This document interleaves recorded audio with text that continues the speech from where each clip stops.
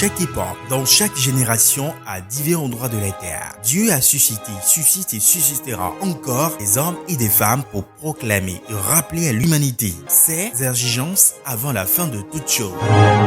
Selon qu'il est écrit dans Luc 1 verset 80, l'enfant croissait et se fortifiait en esprit, et il demeura dans le désert jusqu'au jour où il se présenta devant Israël. Ainsi apparut Jean-Baptiste, connu selon le prophète Isaïe comme la voix de celui qui crie dans le désert.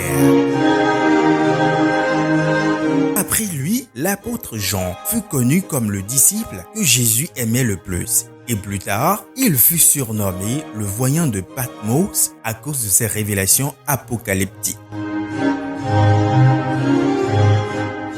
Aujourd'hui, l'Éternel permet à l'humanité d'entendre l'apôtre Jean du Bénin jusqu'aux extrémités de la terre comme la voix de la dernière heure.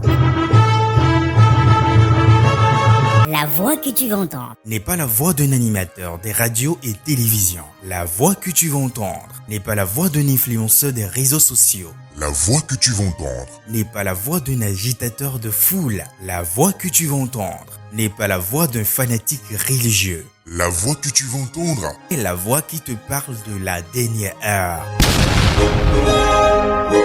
Que tu sois président, ministre, député, juge, savant, chef des armées, chef religieux, riche ou pauvre, quel que soit ton rang et ta classe sociale, tu demeures un humain. C'est pour cette raison que tu dois écouter la voix de la dernière heure.